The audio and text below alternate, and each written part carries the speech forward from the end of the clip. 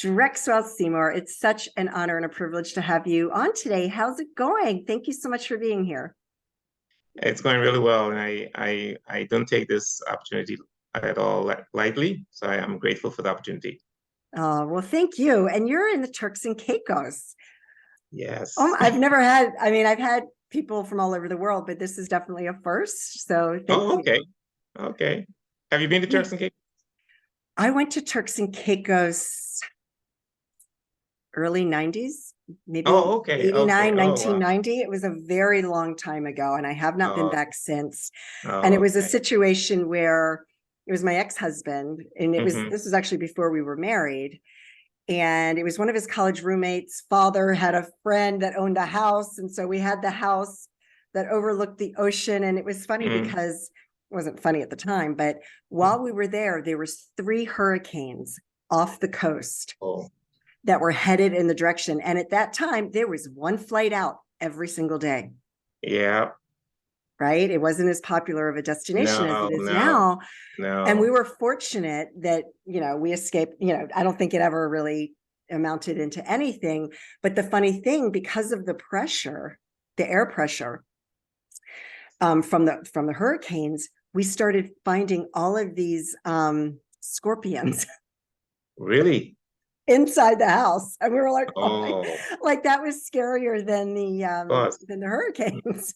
Yeah, of course. Mm. But yeah, so you are a CPA and the author of Rise Up and Take Your Position. You host a weekly radio show called Financially Speaking, and you also host a YouTube channel and writes articles on a weekly basis. Now, that's all really amazing, but what I really want to talk about, and we'll talk about all that in a bit, but what I really love, you write here in your bio that you suffered from inferiority complex for most of your life and was finally able to overcome it. And you're now on a mission to inspire, encourage, and influence others. Yeah. That's really amazing. And thank you for showing up like that, Oh, because thank you. so many people, especially men, right? Yeah, They don't want to talk about that. They don't want to talk about that, right? it's And true. so yeah, right. And so I love that you're willing to talk about it, because there's going to be some listener out there that's going to be so inspired that may want to either take action because of their own circumstances or be inspired to help others with the same thing. Absolutely. Yeah, Absolutely. that's I'm hoping, yes. incredible. So let's start with your story. How did you get to where you are today, and what led you on this mission of yours to inspire people about this inferiority complex? Because it can be a struggle in terms of your mindset, and it can stop you from really pursuing the dreams that you may have, and the things that you want to accomplish in your life.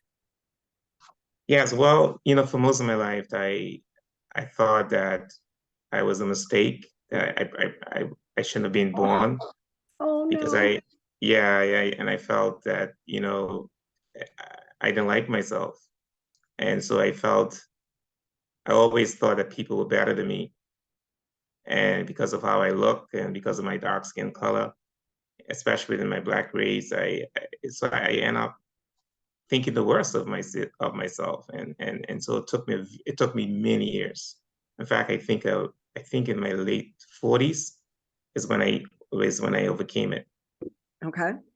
Yeah, So what did that look like for you in terms of, can you just dive a little deeper into that, and how sure, you even came to the awareness that, okay, this is not something that is serving me? sure. Well, initially I didn't know what it was, but what I did, I avoided people. I avoided crowds. I didn't have much friends. I stayed by myself. Um, um, didn't go out. I just kept a very, very sheltered life because I was so conscious of people looking at me. I just didn't like how I look, and so I assumed that everybody else thought the same way that I thought about myself, and so I avoided people and just stayed to myself. And it just but when I see people, I'll be smiling on the outside, But inside, I would say, oh, I wish I looked like that person, or why do I have to look like this, and stuff like that. So it reached the point where I was very depressed. And then sometimes it was like some suicidal thoughts. I didn't do anything, but it were thoughts. Yeah. And so that's the life that I lived. I live a very unhappy life. I'm so sorry, but thankfully you you had some sort of awakening. So Yes. what was that awakening like for you, and how did it show up? It took a while to show up because, as I say, I experienced this I experienced it in the community. I experience it at home. Everywhere I go, I experience it. And then I think, of course, I met my wife. That was a very um, turning point for me. She's a beautiful lady, and then I started thinking, well, she likes me, then I must be, So all that, and she was very encouraging. I think that was a very turning point for me. And then also having a relationship with God, that helped me a lot as well. Those were the two turning points. And then I reached a point where I said, wait a minute, this doesn't make any sense, Drexel. This is not going to make you any better. Nobody's better than you. So it was like a week. It's like it happened suddenly one night after listening to those words from my wife and meditating on some scriptures from the Bible. And I say no, and then I say wait, and then I started getting this confidence level built up so high, and then I realized, wow, what a waste. But then I wouldn't call it a waste anymore because in a way, I'm glad I went through what I went through so I can help others as well. I talk about this a lot, that so often things happen to people, right? Or whether it's your circumstances or your mindset or whatnot. And when you're able to work through it and you get through to the other side, you recognize that it happened for you and not to you. And Ah, it's I so like that. hard. It's so hard, though, for people to really grasp that, because if you're sitting in a victim mentality, right? And just like, Hmm. oh, this happened to me, this happened to me. And so many people live their lives like that. And if they could just flip that switch, because nobody's putting a gun to their head and making them think that way, right? Hmm. They're Hmm. causing their own level of pain. And if they could just recognize that whatever the situation is, and I will challenge anybody, it doesn't matter what the situation is. Hmm. If you get to a point when you can see that it happened for you and not to you, that is when the whole world opens up. Hmm. I really like that. It You happens like for that? you, not to you. I really love that. I think I want to write an article on that. I really love that. There you go. Because Yeah. it's true, I mean, Yes. Makes it's so sense. true. It's so Mhm. true. And it's just making that shift. And then all of a sudden it's like you turn, I've got my makeshift studio here. You flip the switch, right? Yeah. Turn on the switch, turn it off. That's what happens. You're flipping that Yeah. switch and you really come to realize that. So what you brought up a really good point, and I want to talk about that a little bit. That you were comparing yourself to comparing Hmm. yourself to other people, and I think women do that more so than men. But I do know that men do it. It's just that they're Hmm. a little bit quieter about it. Yeah. So for you, when you were comparing yourselves to other people, was it just because you weren't comfortable with your dark skin, or you just did you feel like, okay, if I looked like that person, then I'd be happier? Like, how did that show up for you? It's several factors. One, because of my dark skin. Um, Two, because of my family background. Of course, we didn't have much growing up, Mhm. and so our family was, even though we didn't go to bed hungry, but we didn't have much. So that was another factor on the financial status of my family. So those were the two main things. Yeah, and I know for me, same for me. I mean, Oh, we always really? Hmm. always we always had all of our needs met. We always had food on the table. I was one of 5 children, and my stepfather, who raised me since the age of 3, he had 3 daughters of his own. Hmm. So there was, he was providing for a lot of people and didn't make that much money. And we happened to live in an area that was, most of the people were wealthier. And Hmm. so, but that wasn't us. Hmm. My parents purchased this home on the water, which was great, but it was talk about a fixer-upper. This thing, the people that lived there before, like everything had to be gutted, like the whole house had to be gutted, but we had to do it Wow. in stages, right? Mm. And so even though I lived in this neighborhood, I mean, we were in this house that really should have been torn down and then rebuilt. And I would go to school, and that was my life, comparing myself to all these girls who were from wealthy families, and they had all the latest fashion. You know, every year I had 2 pairs of pants, 1 pair of shoes, and I had to wear my sister's old clothes that were Wow. hammy, you know. Mm. And so, I mean, I get what you're saying, and No, it was, but you know, we don't know what we don't know, right? that's true. You're right. You're absolutely right. Yeah, yeah, we don't know what we don't know, and and again, you know, I don't look back at that thinking, you know, I should have done this or I should have done that, because again, that happened for me, not to me. Yeah. Yeah. I really like that. Yes. Yeah. So I'm curious, because you were born on an island, which was complete paradise, right? Yes. Yes.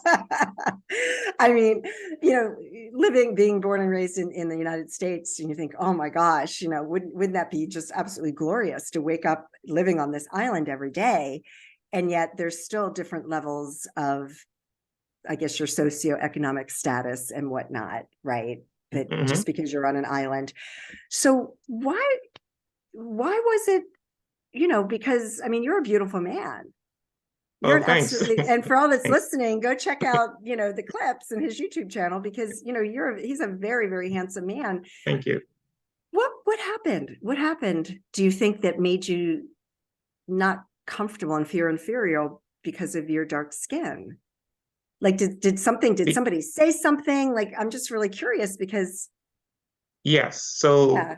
okay. So I think from the time I was 5 years old up until my even in the adult, like people would call me names. They would say, "Look at that black ugly boy," or "This guy Oh is so no. ugly. This guy is so black." And so that's what really caused me the way I feel because of what I heard people say about me. And so I sort of accepted what they said about me, and it became like reality for me. And so, Oh. I'm so sorry about that, because I know that, you know, being in the United States, there was definitely a problem with discrimination, and we're making headways. It's definitely not far enough. We're definitely mhm, not where we need to be. mhm. Um, and like, you know, we're all human. There's no black, white, yellow, green, you know, we're just all human. I And agree. yeah, and it's terrible that they were probably other children, right? Hmm. Now, if it, you know, not that this makes you feel any better, but I was Well, not only bullied. children, adults too. Oh, really? Yeah. Mhm. Oh my gosh.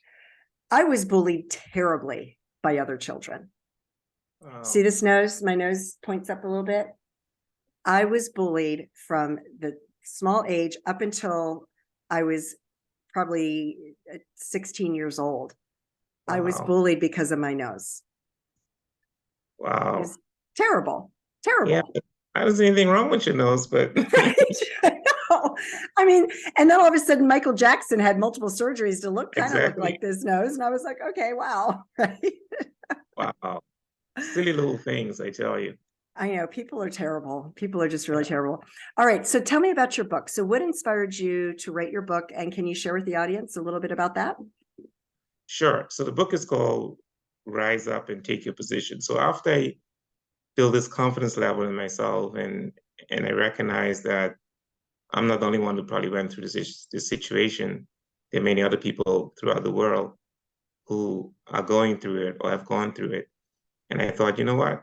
Since I like writing, I might as well document this in a book to encourage people to rise up, let them know that they're not a mistake, let them know that they were born, with a purpose, discovered, cultivated, and just be a world changer.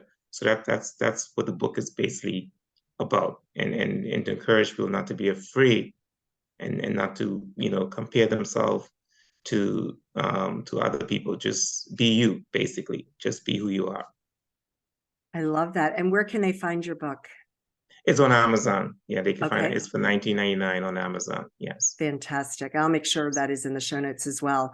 And so tell me a little bit about your YouTube or you host a radio show called Financially Speaking. Can you give any of our Right. So I've been listeners some doing, of the tips that you talk about on your radio show? oh, sure. I mean, so financially speaking, as the name implies, financially speaking, is I'm a certified public accountant since 1992.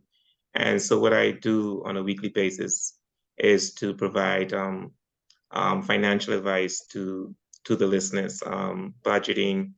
I also have government, the ministers of government on my show. We talk about the country's budget. We talk about personal budget. We talk about marriage and finance. We talk about a number of different areas, and sometimes we get outside the budget. We also talk about political issues as well on the show because we believe that everything centers around finance. So somehow we get involved in that. Interesting. Now, is Yeah. this a show that's just in Turks and Caicos, or It's, can it's, any? it's just in Turks and Caicos, but they have a website that people can link to the shows. Yeah, they have a website, right? So Oh it's my basically to gosh, bring financial literacy and awareness to people. fantastic. So, are there just a couple of quick tips that you can share with the audience that they can apply today to help them with their finances? Of course. Well, one of the main things I tell people to do is if they could avoid, I know people want to build credits, but if they could avoid the multiple credit cards, to avoid it, maybe just have one credit card, one that's with reward points. And another thing I always encourage people to do is to focus on their needs. Many times we end up doing things what we want, and we end up buying all these things, and we don't need it. Right. And then the next thing, which is part of my story, is don't compare yourself to other people. Otherwise, you're going to end up getting things just to be like the Joneses. And don't spend what you don't have. If you're going to use your credit card, transfer the money from your checking account to your credit card, which is a rewards credit card, and spend it like a checking account. That's basically what I encourage people to do. I love that. That is such great advice. Yeah, Thank you. Thank you. fantastic. Is there anything else that you'd like to share with the audience before we finish up today? Well, I don't really talk about this much, but I will say don't let anything negative that you're going through define you. Don't let any obstacles define you. For example, right now, for the past 6 years, I've been diagnosed with kidney failure. So I'm on dialysis. Oh my goodness. So I go, 3 days a week to the hospital for 4 hours, hook up to a machine. But I do not let that interfere with my goals. So I just want to encourage people, no matter what you're going through, I know it may sound easier said than done, but no matter what you're going through, write your goals down, focus on those goals, and go after it. Just act as if you're not even sick. I know I have kidney failure, but I even forget I have it until I go to dialysis. I just continue doing what I'm doing, and that's what I want to encourage people to do. Just stick to your goals. That is such great advice, and I second that because, Thank you. yeah, life is too short, right? Yeah, absolutely, absolutely. All right. And is there, besides your book, is there a way that people can reach out to you? Yes, I have a website, www.drexwellseymour.com. And I also have a YouTube. I have a YouTube channel where I share inspirational stories every week. And what is that called? Just my name, Drexwell Seymour. Drexwell Seymour. Awesome. Yes. Fantastic. Well, Drexwell, thank you so much for joining me today. It's been such a pleasure, and I wish you all the best, especially with some of your physical struggles that you're going through. Yeah. You sound like you've got it covered, though. I think I do. Thank you so much. I really appreciate this. It was a pleasure, talking with you. All right. Thank you so much. You're welcome.